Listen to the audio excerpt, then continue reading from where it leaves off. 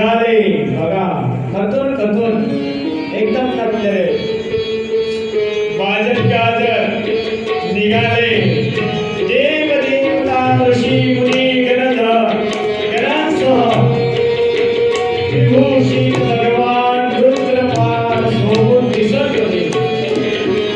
त्यांच्या जयकाराने 10 दिशा 10 दिशा दुमदुम करत होत्या. मार्गामध्ये सर्व उत्सव होत होता. सर्वांचा उत्सव असोधून पाहत होता. नंदिकेश्वर आरंभ झाले. व्यागांबर गजधर्म सर्प जटा चंद्रकार आदी विभूषण शोभणारे भगवान महादेव प्रसन्न झाले.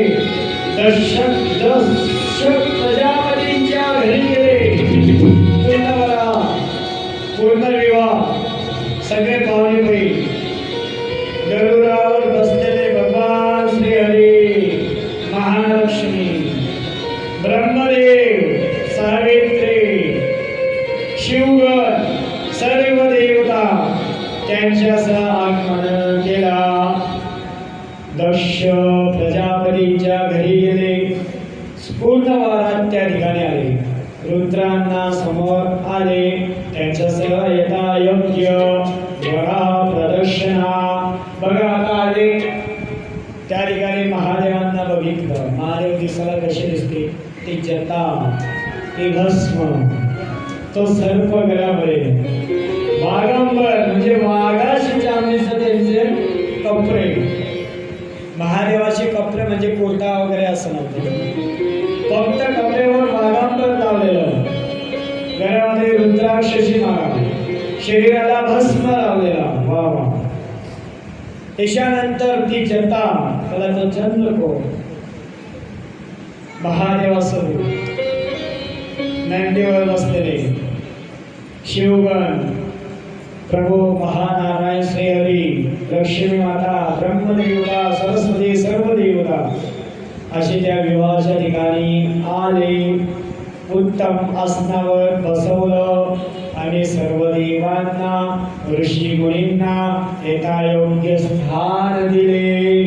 रुद्रपूजन झालं. बघा वर आलं की आपण पूजा करतो. तसं रुद्रपूजन झाले. देवतांचे ब्राह्मणांचे शिवगणांचे पूजन केले. पारंपरिक आधारित झाले. मरीची आदी मुनी आवश्यक असणारे विचारपूर्वक मग मला नमस्कार केला.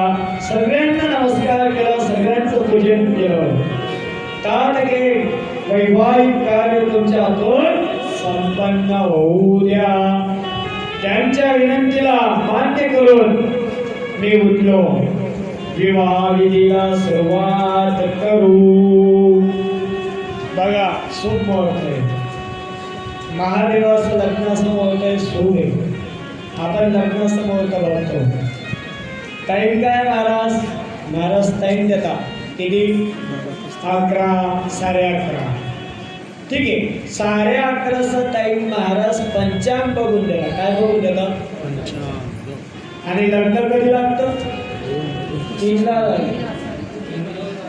आपण मुहूर्तामध्ये लग्न लावत नाही.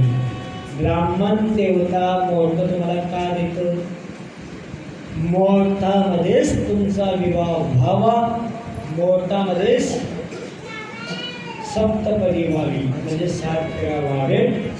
मुहूर्तामध्ये जर लग्न लागलं तर आयुष्यामध्ये चांगलंच मुहूर्त होतं.